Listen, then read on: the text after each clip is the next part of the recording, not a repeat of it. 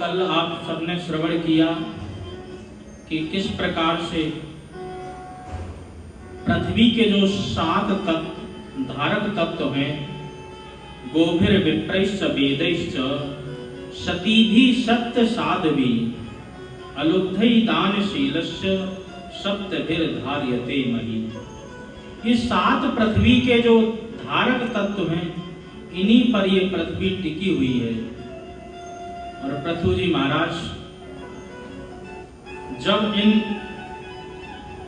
7 धारकों के बारे में सुनते हैं और सुन करके गाय कहती है, महाराज मैं गाय हूं, गाय का दोहन तो खूब किया जा सकता है परंतु शोषण नहीं करना चाहिए। आज हम गाय और पृथ्वी दोनों का ही दोहन नहीं अपितु शोषण करते हैं। दोहन के नाम पर सारा दूध भी गाय का निकाल लेते हैं। गाय भक्त वत्सला है, अपने बच्चे के लिए दूध को बचा करके रखना चाहती है, परंतु उन सब बातों पर हम ध्यान नहीं देते और सारा दूध निकाल करके सिर्फ और सिर्फ अपने काम के लिए, अपनी ही जरूरतों को देखते हुए अपना काम बन जाता है और गाय के बछड़े को दूध मिले ना मिले उस पर कोई ध्यान नहीं। इसी प्रकार फसल ज्यादा उगाने के चक्कर में खेतों की उर्वरा शक्ति बर्बाद हो ना हो कुछ भी ध्यान नहीं देते, अपितु तरह तरह के केमिकल खाद आदि को डाल करके केवल और केवल फसल को बढ़ाने की कोशिश में ही लगे रहते हैं। तो गाय कहती है कि हे राजन, अगर इस जीवन में प्रत्येक व्यक्ति सुखी रहना चाहता है तो उसको एक काम करना पड़ेगा। वो काम क्या है? बोले अधना अपिते धन्यम। ऐसा काम है कि कोई व्यक्ति जीवन में धन्य है जो अच्छी तरह धर्म कर्म को समझता है, जानता है, पहचानता है और उसी पर विचार भी करता है। तो गाय माता कहती हैं कि अपने जीवन में यदि सुखी होना चाहते हो, अस्मिन लोके भुवामस्मिन मुनिष्भि तत्त्वदर्शभि कृष्ट योगे प्रयातश्च पुंसमान श्रेय प्रपद्यते। यदि जीवन में सुखी होना है, अस्मिन लोके भुवा तस्मिन, इस लोक में या परलोक में, तो क्या करना पड़ेगा? मुनि भी तत्वदर्शी, जो तत्वदर्शी ऋषि मुनि हैं, उन्होंने जो पद्धति बनाई उस पद्धति को हमें अच्छी तरह अपनाना पड़ेगा, समझना पड़ेगा और उसी पर चल करके अपने जीवन को हम सुखी बना सकते हैं। संसार में सुख के साधन तो बहुत हैं, आप रुपए पैसे से सुख के साधन भी खरीद सकते हो, परंतु उन साधनों से आप सुखी नहीं हो सकते, क्योंकि सुख और दुख ये अंदर का विषय है। जब तक आप आत्म तत्व से नहीं जुड़ोगे, आत्मा को अच्छी तरह नहीं पहचानोगे, तब तक आप सुख और दुख के चक्कर से मुक्त ही नहीं हो सकते। इसलिए सच में यदि जीव सुखी होना चाहता है तो वेद शास्त्रों की आज्ञा पर अच्छी तरह पालन करके जीव सुखी हो सकता है। इस प्रकार से जब गौ माता ने पृथु जी महाराज को बताया तो पृथु जी महाराज ने गाय पृथ्वी का दोहन किया और पृथ्वी ने भी कृपा करके सारे गुणों को उत्पन्न कर दिया। इस प्रकार का पृथु जी महाराज का वर्चस्व था। एक दिन पृथु जी महाराज यज्ञ करने के लिए बैठ गए और अनेकानेक यज्ञ करते चले गए। इंद्र को लगा कि कहीं ये पृथु जी महाराज हमारे इंद्रासन पर ही कब्जा न कर लें। तो राजसू यज्ञ जो अश्वमेघ यज्ञ का घोड़ा होता है, उस घोड़े को इंद्र ने चुरा लिया। जब घोड़े को इंद्र ने चुराया तो चुराने के बाद में पृथु जी महाराज बहुत क्रोधित हुए ब्राह्मणों ने कहा महाराज आप क्रोधित मत हो, मैं अभी मंत्र शक्ति से इंद्र को ही यहाँ पर खींच करके ले आता हूँ। वो घोड़ा लेकर के भी आएंगे और आपसे माफी भी मांगेंगे, और नहीं मांगेंगे तो हम इसी यज्ञ कुंड में उनको स्वाहा भी कर देंगे। अच्छा, पृथु जी महाराज ने कहा ठीक है ऐसा ही करो। ब्राह्मणों ने मंत्र शक्ति के माध्यम से ऐसे मंत्र पढ़े कि इंद्र मंत्रों की शक्ति से खींचे चले आए, और जैसे ही अग्नि कुंड में स्वाहा करने वाले थे तुरंत ब्रह्मा जी ने पकड़ लिया। अरे भाई इंद्र को ही भस्म कर दोगे?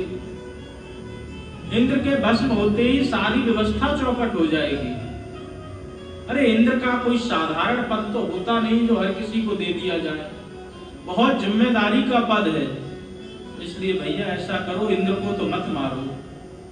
इंद्र ने भी माफी मांगी, और माफी मांग करके इंद्र जैसे ही वापस गए तो पुनः पृथु जी महाराज ने उस यज्ञ को जैसे ही संपन्नता की ओर पूर्ण आहुति दी तो तुरंत यज्ञ नारायण भगवान प्रकट हो गए। बोल यज्ञ नारायण भगवान की। यज्ञ नारायण भगवान प्रकट हुए और प्रकट होकर के कहा वरम ब्रूया, हे पृथु जी महाराज वर मांगो।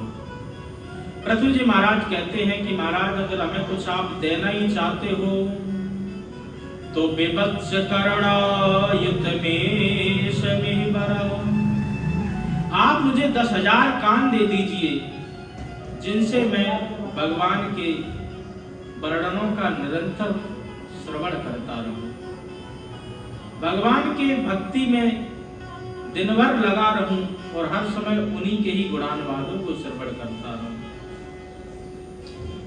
यज्ञ पुरुष ने वरदान दिया कि तथास्तु, यही तुम्हारे 2 कान 10,000 कानों की शक्ति के बराबर होंगे। और ऐसा कहकर के यज्ञ नारायण भी अंतर ध्यान हो गए। तो एक बार पृथु जी महाराज अपनी प्रजा को समझा रहे थे और प्रजा को उपदेश भी कर रहे थे।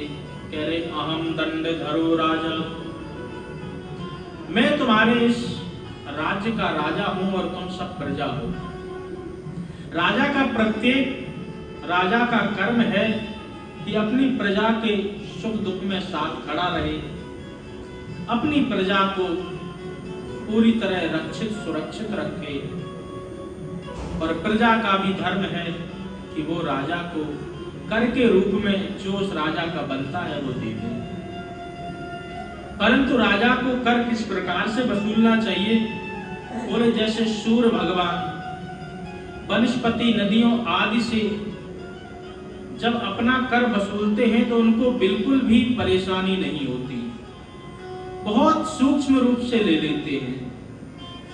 इसी प्रकार से राजा का धर्म है, राजा प्रजा को सता के कर न ले, बल्कि प्रजा को इस प्रकार से ऐसे सुरक्षित रखे, ऐसे प्रजा पर किसी प्रकार का कर न ला दे जिससे प्रजा परेशान हो जाए। प्रजा परेशान होगी तो वो कर देने की जगह विद्रोह करने लगेगी। तुलसीदास जी कहते हैं कि किस प्रकार से राजा को कर लेना चाहिए। बोले जैसे सूर्य बरसत हर्षत सब लखें, पर करसत लखे न कोई, तुलसी प्रजा सौभाग्य से भूप भानु सम होय। भूप कैसा होना चाहिए? बोले भानु के समान, सूर्य के समान। जिस प्रकार से सूर्य सभी वनस्पतियों से कर ले लेते हैं और जब समय आता है तो वर्षा के रूप में वही वापस भी कर देते हैं, उसी प्रकार से राजा को चाहिए कि प्रजा से कर तो ले, कर के साथ साथ उसी कर से नगर की व्यवस्थाएं बनाए, रोड सड़क आदि बनाए, उनके सभी सुख सुविधाओं का भी ध्यान रखें, तो प्रजा प्रसन्न होकर के जो बनता है उससे भी ज्यादा कर देने का प्रयत्न करेगी। ये उपदेश दे ही रहे थे कि अचानक सनत सनंदन सनातन और सनत कुमार प्रकट हुए और प्रकट होकर के राजा को अभय आशीर्वाद देने के लिए आए। तो राजा भी हाथ जोड़ करके खड़ा हो गया, कहने लगा, अहो आज ऋतम किम्मे मंगलम मंगलायना। आज मेरा परम सौभाग्य कि आप जैसे परम साधु संतों के दर्शन हो रहे हैं। आप जैसे ब्राह्मणों की कृपा से इस संसार में कोई ऐसी चीज नहीं है जो मैं प्राप्त ना कर सकूं। किम तस्य दुर्लभम तरम इह लोके परत्र च यस्य विप्रा प्रसीदन्ति शिव विष्णुश्च सानुगः। शिवो विष्णुश्च सानुगः। इस संसार में ऐसी कोई वस्तु नहीं है जो आप जैसे संतों की कृपा से प्राप्त ना हो सके।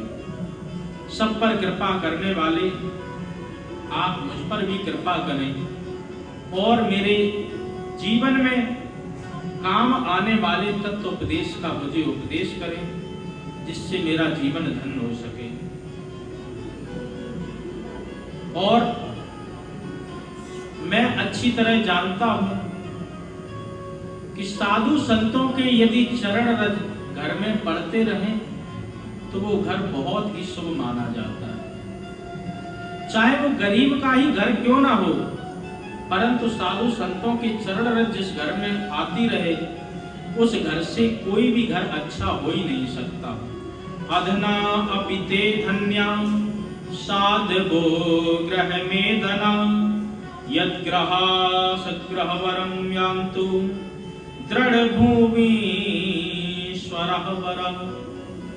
घर में कुछ भी नहीं हो परंतु फिर भी साधु संत आते हों, अपने चरण रज डालते हों, तो उससे अच्छा कोई घर हो ही नहीं सकता। और दूसरी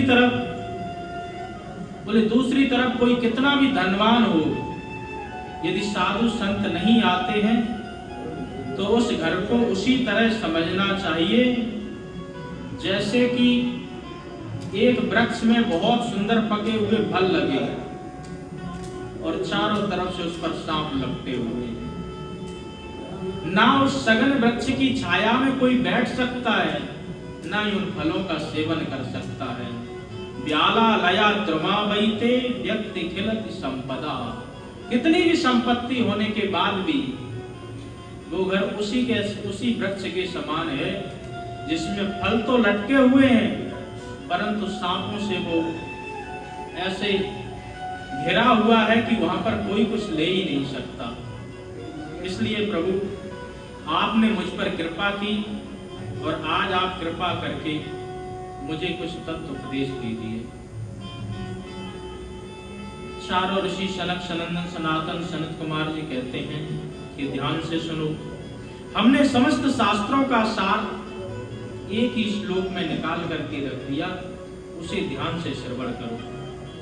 शास्त्रेष्वैव सुनिश्चितः निर्णयः क्षेमस्य सम्राज्ञ विस्मृशेष हेतु असंग आत्मारित आत्मनि दृढ़ारति ब्रह्म निर्गुणाचया।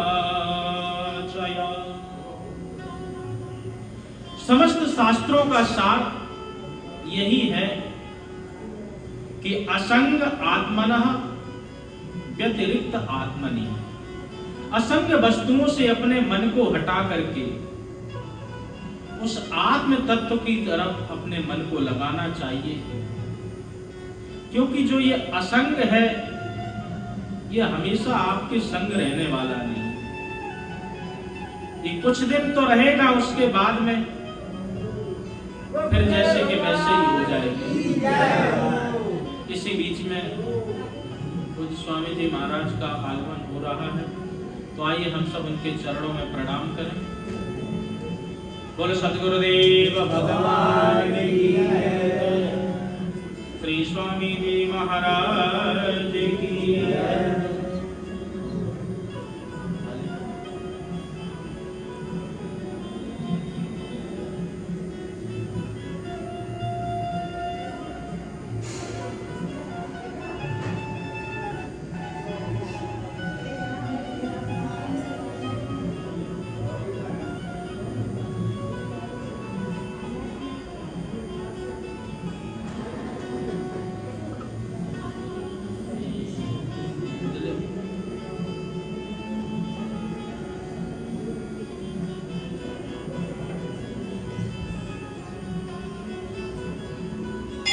गोविंदा जी महाराज की जय।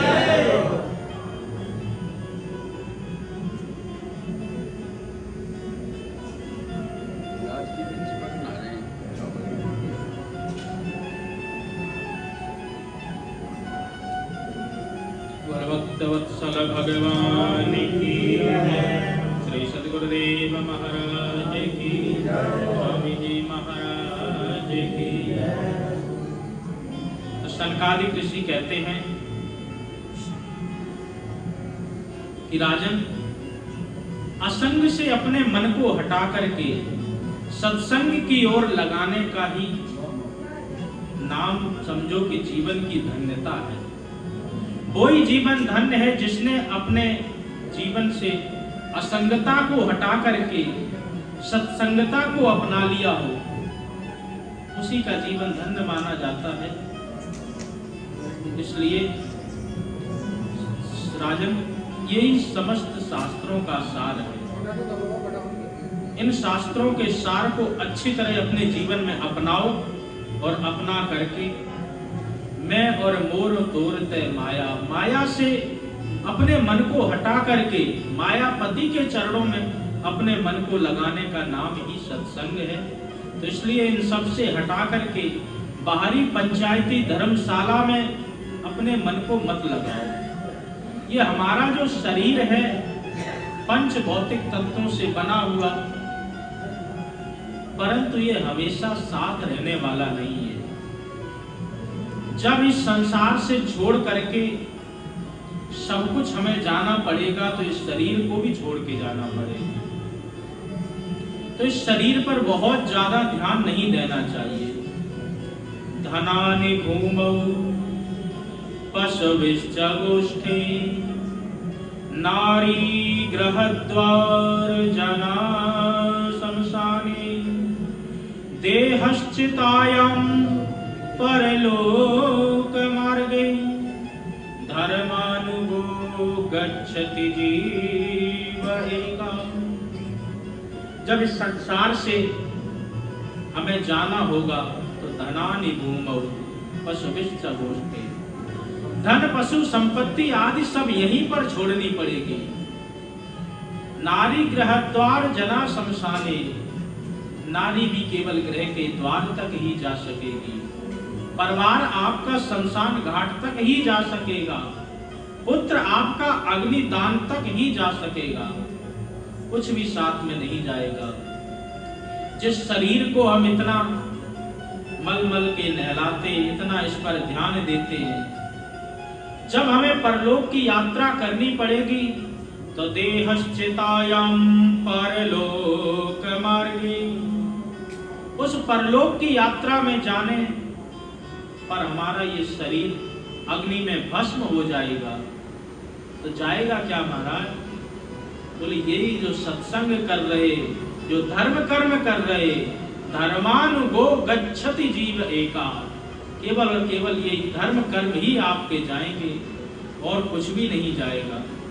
इसलिए ये नश्वर संसार से अपने मन को हटा करके शाश्वत संसार, शाश्वत ईश्वर में ही अपने मन को लगाना, यही जीवन का सार है, यही समस्त शास्त्रों का भी सार है। जब इस प्रकार से पृथु जी महाराज को उपदेश दिया तो पृथु जी महाराज कहने लगे, महाराज आपके उपदेश से मैं कृतार्थ हो गया हूँ। अब आपने मुझे उपदेश दिया तो मेरा भी धर्म बनता है कि मैं आपको कुछ न कुछ दक्षिणा के रूप में दूं। तो बोले हमारे उपदेश की तुम क्या कीमत लगा रहे हो? तो पृथु जी महाराज कीमत लगा रहे, प्राणादर सुता ब्राह्मण ग्रहश्च परिशिच्छदः राज्यं बलं महीकोशः इति सर्व निवेदय।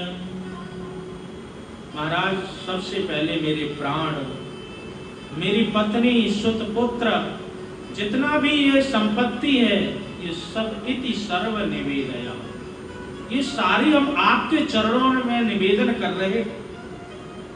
और हमें तो लगता है कि ये भी कम ही है आपके सत्संग के हिसाब से। आपका सत्संग अमूल्य है, बोले इसलिए मैं अपने सब कुछ राज्यम बलम मही कोश इति सर्व निवेदया, अपना राज्य बल जो कुछ भी है हमारा, हम सब आपके चरणों में ही समर्पित करते हैं। सनकादिक महाराज खुश हो गए, कहने लगे ठीक है, ये तुम्हारी सारी संपत्ति मेरी हो गई और तुम भी आज से मेरे ही हो गई। बोले हाँ महाराज, मैं आपका हो गया।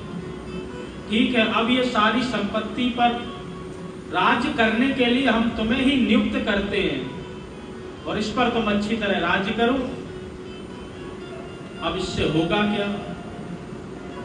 बोले इससे राजा को किसी भी प्रकार से अपमान नहीं आएगा।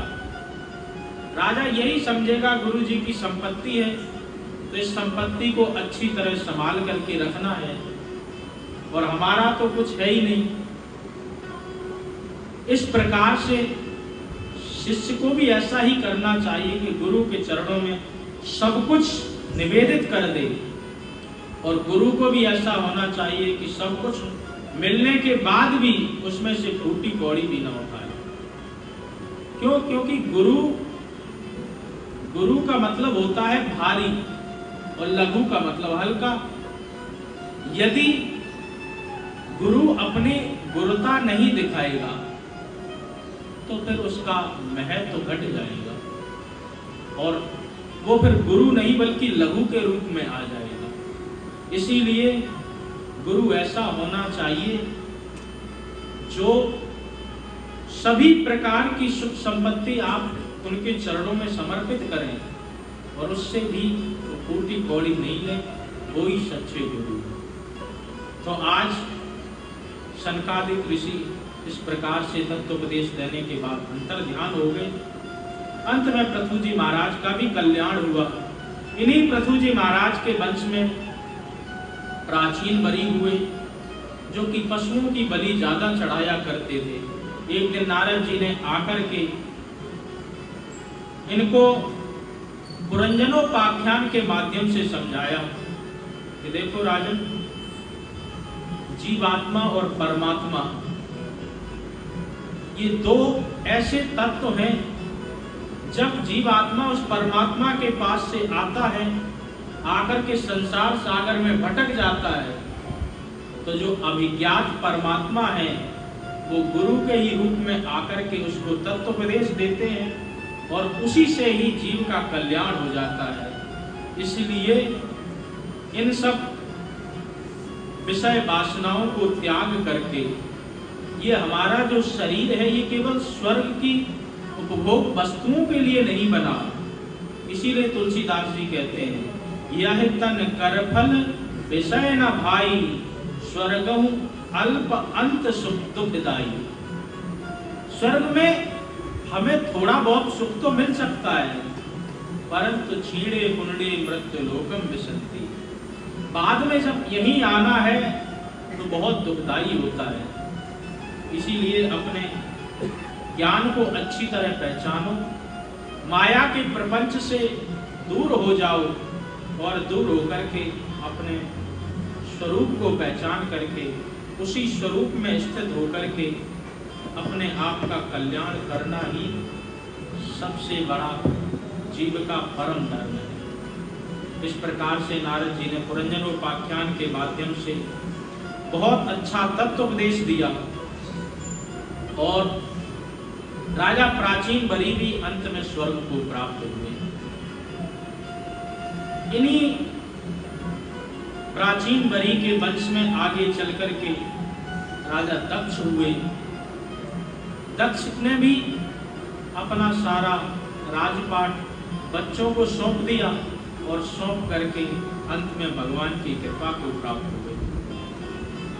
एक दिन नारद जी आए, नारद जी से कहा कि भगवान को सबसे सरल रूप में प्राप्त करने का कोई सरल से सरल साधन हो तो कृपा करके बताइए। आप प्रत्येक जगह पर जाते रहते हैं, प्रत्येक व्यक्ति को आप उपदेश करते रहते हैं, तो आप जरूर जानते होंगे कि किस प्रकार से परमात्मा को सबसे सरल तरीके से प्राप्त किया जा सकता है। तो नारद जी कहते हैं कि राजन, यदि परमात्मा को प्राप्त करना ही चाहते हो तो मेरे मत में एक ही सरल तरीका है। प्रत्येक व्यक्ति को तीन बातों का विशेष ध्यान रखना चाहिए। तो वो तीन बातें क्या हैं? बोले दयया सर्वभूतेषु संतुष्ट्या येन केनवा सर्वोपिन्द्यर्थ शान्त्यर्थम आशु तुष्यति जनार्दन। परमात्मा को प्राप्त करने के सबसे सरल साधनों में ये एक ऐसा साधन है जिससे परमात्मा बहुत जल्दी जीव पर प्रसन्न होते हैं। दयया सर्वभूतेषु, सबसे पहले सभी जीवधारियों पर दया करें, चाहे वो चीटा चीटी, हाथी घोड़ा बैल आदि मनुष्य कोई भी हो, सब पर दया करना चाहिए। महाराज दया की परिभाषा क्या है?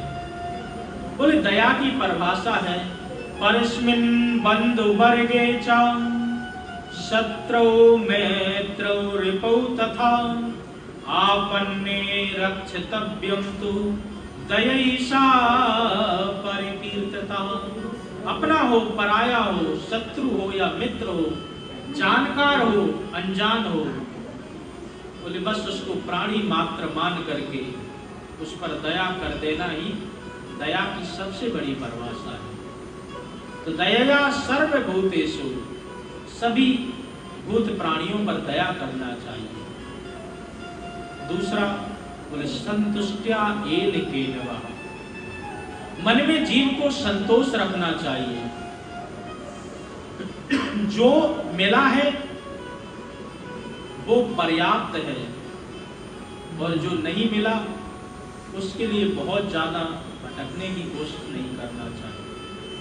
असंतुष्टा नरा भ्रष्टा, जो असंतुष्ट है वो फिर उसकी मन को शांति कहीं नहीं मिल सकती। आज शंकराचार्य जी प्रश्नोत्तरी में बताते हैं कोवा दरिद्रो, बोले विशाल तृष्णा, जिसकी तृष्णा बहुत विशाल है, सब कुछ पाने की जो इच्छा रखता है, बोले सबसे बड़ा वही दरिद्री है।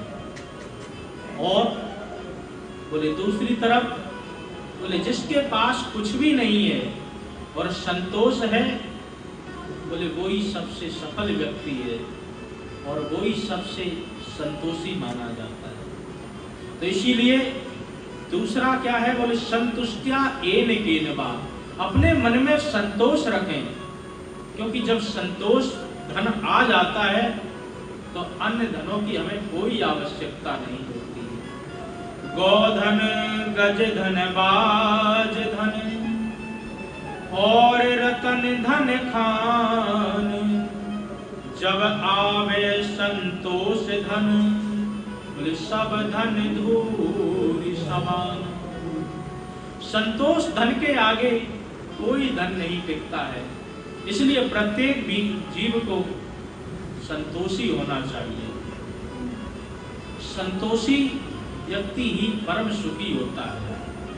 सातु सातु भवति दरिद्रो यस्य तृष्णा विशाला, यदि आपकी तृष्णा विशाल है तो आपके मन में कभी भी संतोष नहीं आ सकता है। और यदि आपके मन में किसी भी प्रकार का कोई भी तृष्णा नहीं है तो आपसे बड़ा सुखी व्यक्ति इस संसार में कोई भी नहीं है।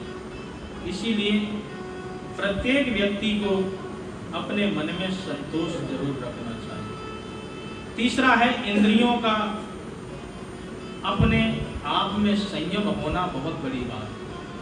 प्रत्येक व्यक्ति को अपनी इंद्रियों पर संयमित होना चाहिए। ऐसा ना हो कि ये आप कहीं इंद्रियों के दास बन जाएं। आपका कान जो सुनना चाहे आप वो ना सुने, बल्कि आप जो सुनना चाहें वही आपका कान सुने। कहने का मतलब है कि इंद्रियां आपके अधीनस्थ हों। 5 ज्ञानेंद्रियां, 5 कर्मेंद्रियां और एक जो मन है, ये यदि आपके अधीनस्थ हो गया तो इसका परिणाम क्या होगा? बोले आशु तुष्यति जनार्दन, भगवान बहुत जल्दी प्रसन्न होंगे और प्रसन्न होकर के आपका कल्याण भी कर देंगे। बोल भक्त वत्सल भगवान की जय। इसी के साथ चतुर्थ स्कंद संपूर्ण होता है। पंचम स्कंद में जो ध्रुव जी महाराज के दूसरे भाई प्रियव्रत हैं, इनके वंश का वर्णन करते हैं। एक दिन प्रियव्रत ने सोचा कि 24 घंटे का दिन होता है, उसमें 12 घंटे की रात निकल जाती है। जीव सब सो करके अपना समय बर्बाद कर देते हैं, तो अब मैं ऐसा कुछ करूंगा कि रात हो ही नहीं। तो एक ऐसा सूर्य से चमकता हुआ तेजस्वी रथ तैयार किया और रथ तैयार करके पृथ्वी की 7 परिक्रमा कर दी। रथेन ज्योतिर्मयेन रजनीमपि दिन करिष्यामि। जब 7 दिन लगातार दिन ही दिन हुआ, रात हुई नहीं, तो ब्रह्मा जी आए और आकर के समझाए कि बेटा प्रियव्रत, अरे रात हमने इसीलिए बनाई है कि लोगों को थोड़ा सा आराम मिल सके। अरे कोई मशीन भी दिन भर काम करेगी, तभी भी उसको आराम के लिए कुछ समय चाहिए, और हम मनुष्य यदि आराम नहीं करेंगे तो फिर हमारा तो जैसे आराम वैसे ही हो जाएगा। इसलिए बेटा दुराग्रह त्यागो, और एक बात का विशेष ध्यान रखो कि रात कभी बुरी नहीं होती है। यह व्यक्ति के अपने ऊपर है कि वो किस प्रकार से उपयोग करता है। जिस रात को हम संसारी जीव सोने के लिए उपयोग करते हैं, इसी रात को जो योगी लोग होते हैं, या निशा सर्वभूता नाम तस्याम जागृति संयमी, योगी लोग इसी रात में अपनी तपस्या करके भगवान की भक्ति करते हैं। यही रात चोरों को अति प्रिय होती है। चोरों के लिए तो ये रात उनकी बहुत बड़ी मित्र होती है। तो रात बुरी नहीं होती है, कौन किस प्रकार से उपयोग करता है यही उसके ऊपर होता है। और सुनो प्रियव्रत, इस संसार में कोई भी ऐसी वस्तु नहीं है जो उपयोगी हो, जिसका कोई उपयोग ही ना हो। अमंत्रमक्षरम नास्ति नास्ति मूल मनौषधम अयोग्या पुरुषो तत्र योजकस्तत्र दुर्लभः। ऐसा इस संसार में कोई अक्षर नहीं है जिससे मंत्र न बनता हो, ऐसी कोई घास नहीं है जिससे औषधि न बनती हो, ऐसा कोई व्यक्ति नहीं है जो किसी न किसी के काम ना आता हो। योजकस्तत्र दुर्लभः, ये तो योजक के ऊपर होता है, कौन किस प्रकार से उपयोग करता है। अरे बंद घड़ी भी दिन में 2 बार ठीक समय बताती है। तो इसलिए ऐसी संसार में कोई वस्तु नहीं है जो अनुपयोगी हो। हम काम क्रोध लोभ मोह इनको जरूर अनुपयोगी मानते हैं, परंतु इनको ऐसा मानने के बाद भी यदि विचार किया जाए तो ये जीव को बहुत आवश्यक चीजें हैं। अगर सोचो कि काम क्रोध लोभ मोह यदि हो ही नहीं तो संसार की सृष्टि कैसे चलेगी। काम नहीं हो तो कामना कैसे होगी जीव के अंदर, कैसे संसार की सृष्टि बढ़ेगी। क्रोध नहीं हो तो आप किसी को कैसे भय के माध्यम से डरा धमका सकते हो, कैसे उस पर अनुशासन कर सकते हो। लोभ नहीं हो तो आपकी तिजोरी पूरी खाली रहेगी, आप बचत कर ही नहीं पाएंगे। मोह नहीं हो तो फिर आपको घर में ही नहीं रहने दिया जाएगा। अरे ये तो बाबा बैरागियों जैसी बात करते, इनको तो बाल बच्चों से कोई मोह ही नहीं है, बोले घर से बाहर निकालो। तो काम क्रोध लोभ मोह जितने भी हैं ये सब उपयोगी हैं, परंतु इनका हम किस प्रकार से उपयोग करते हैं। अब काम उपयोगी है तो ऐसा ही नहीं कि दिन रात कामनाओं की पूर्ति में ही लगे रहें। क्रोध उपयोगी है तो ऐसा ना हो कि भक्ति दिन रात ही चढ़ी रहे आपकी। लोभ हर जगह काम नहीं आता है, और मोह यही कभी कभी बंधन का कारण भी बन जाता है। तो इसलिए जो चीजें हैं उन सबको अपने विवेक से उपयोग करना चाहिए। इसीलिए भगवान ने हमें विवेक दे रखा है। जब बहुत आग्रह किया, ब्रह्मा जी ने समझाया तो मान गए, परंतु 7 परिक्रमा देने के कारण इस पृथ्वी में 7 सागरों का निर्माण हो गया। इस पृथ्वी के 7 खंड हो गए और इन्हीं में से जो सबसे पहला बना अजनाव खंड। इसी अजनाव खंड के जो अधिपति राजा बने आग्नेन्द्र, आग्नेन्द्र के बेटा हुए 9 और 9 पुत्रों को एक एक जम्बूद्वीप का मालिक बना करके राजा आग्नेन्द्र भी तपस्या करने के लिए चले गए। तो सबसे पहला जो खंड अजनाव खंड है, इसी खंड के जो राजा थे नाभि, नाभि का विवाह मरु देवी से हुआ। जिनके कोई संतान नहीं हुई तो ब्राह्मणों के कहने पर इन्होंने एक यज्ञ किया और यज्ञ करने से इनके घर में साक्षात ऋषभदेव ही प्रकट हुए। बोल ऋषभदेव भगवान की। ऋषभदेव इतने प्रतापी राजा हुए कि जब इनके राज्य में इंद्र ने वर्षा नहीं की तो इन्होंने अपने तपोबल से स्वयं वर्षा करा ली। तो इंद्र भी लज्जित हुए और होकर के अपनी बेटी जयंती का विवाह इनके साथ में किया। और जयंती का विवाह करने के बाद इन्हीं ऋषभदेव के यहाँ 100 पुत्रों का जन्म हुआ। इनमें जो सबसे बड़े राजा, सबसे बड़े पुत्र का नाम भरत है, जिसको अजनाव खंड का राजा बनाया और उन्हीं के नाम से ये देश का नाम भारतवर्ष पड़ा।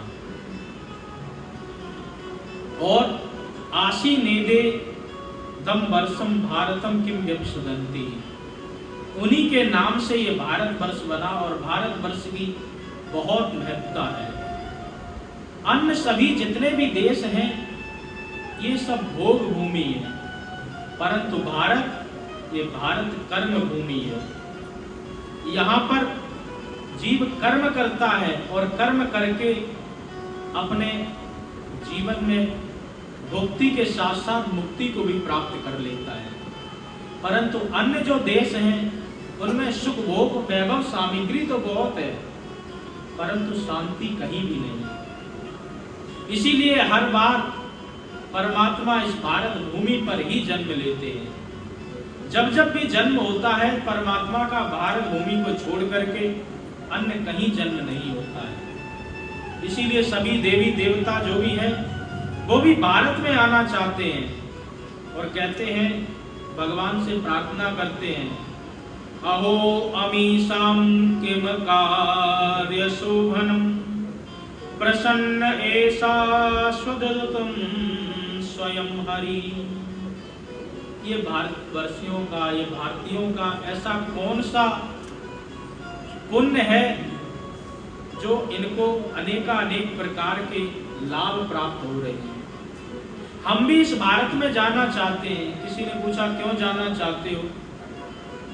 अरे तुम्हारे स्वर्ग में तुम सबसे पहले तो हमसे ऊपर स्वर्ग में बैठे हो, सब प्रकार की सुख भोग वैभव सामग्री भी आपके पास है, फिर क्यों जाना चाहते हो भारत में?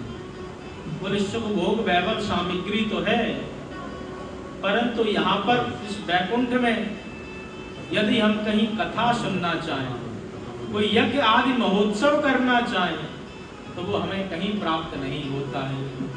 न यत्र वैकुंठ कथा सुधापगा न साधवो भागवता तदाश्रया न यत्र यज्ञे समुखा महोत्सवा सुरेश लोकापि न वैसेव्यताम् सुरेश लोका न वैसेव्यताम्। बोले यत्र वैकुंठ कथा सुधापगा, ये हमारे वैकुंठ में कोई भी कथा सुनाने वाला नहीं। न साधवो भागवतः तदाश्रया, यहाँ साधु संतों के दर्शन भी दुर्लभ है।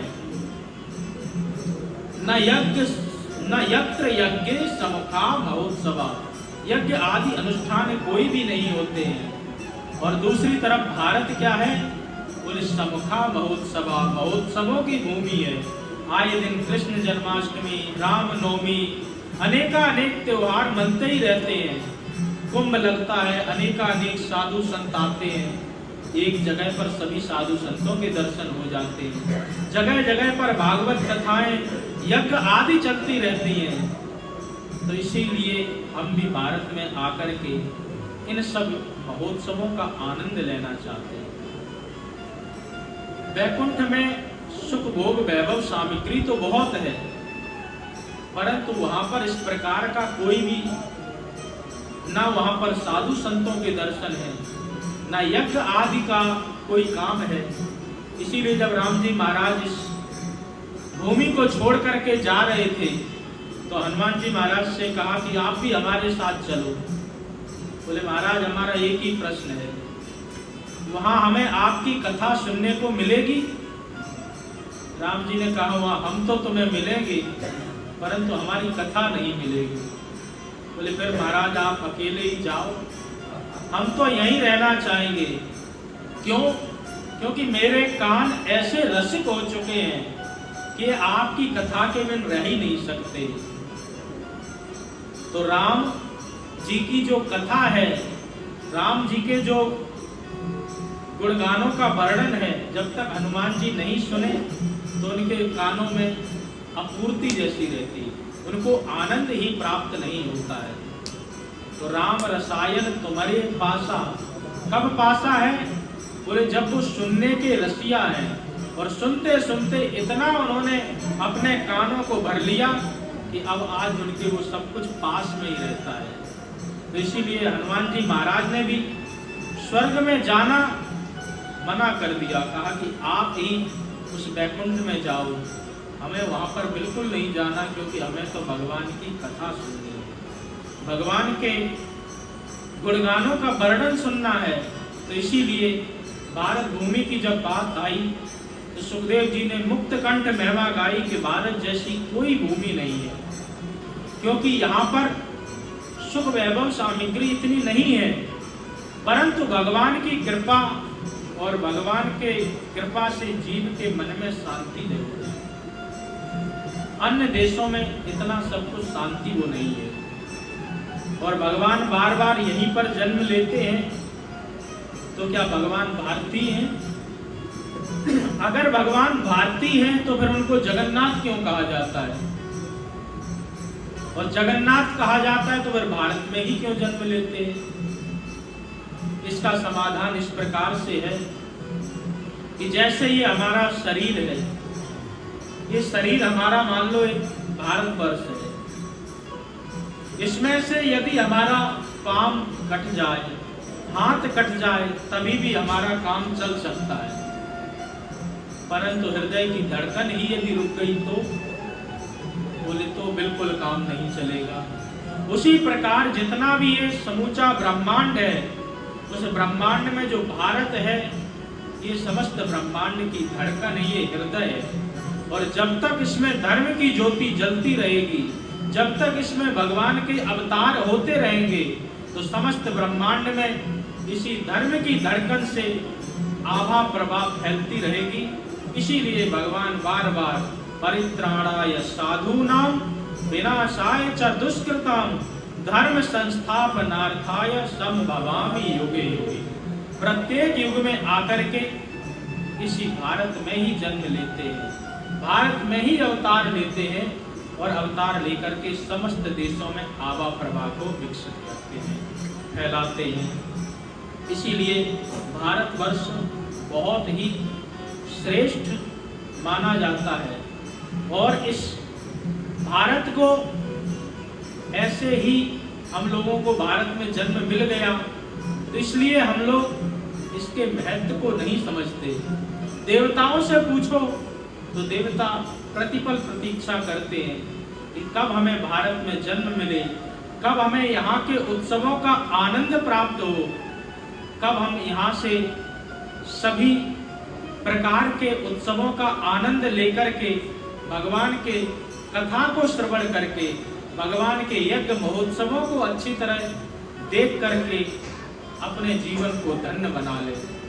परंतु हम सबको ऐसे ही साधारण रूप से ये सब प्राप्त हो जाता है, इसीलिए हम सब इसका कोई महत्व नहीं समझते। इस प्रकार से श्री सुखदेव जी महाराज ने भारत की बहुत ही मुक्त कंठ महिमा गाई और गा करके राजा परीक्षित को भी परम आनंद प्राप्त हुआ।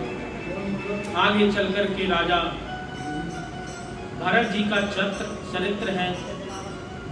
इन भरत जी ने किस प्रकार से अपने पुत्रों को ज्ञान दिया और किस प्रकार से राजा रघुबर के साथ में वर्णन और उनको उपदेश देकर के उनके जीवन को धन्य किया, इसकी चर्चा कल हम ठीक समय पर करेंगे, क्योंकि अभी आपके भोजन का भी समय हो गया है और भंडारा भी है। तो आज अपनी वाणी को जय घोष के साथ यही प्राप्त देंगे। बोल वृंदावन बिहारी लाल की, श्री सद्गुरुदेव महाराज की, सच्चिदानंद भगवान की, श्री राधा रानी की, श्रीमद् भागवत महापुराण की, श्री सुखदेव जी महाराज की, पूज्य चरण सद्गुरुदेव स्वामी श्री गीतानंद जी महाराज की, परम पूज्य स्वामी श्री अवशेषानंद जी महाराज की, समस्त संत महापुरुषों की, समस्त भक्त जनों की जय जय श्री राम, जय जय श्री राम, जय जय श्री राम।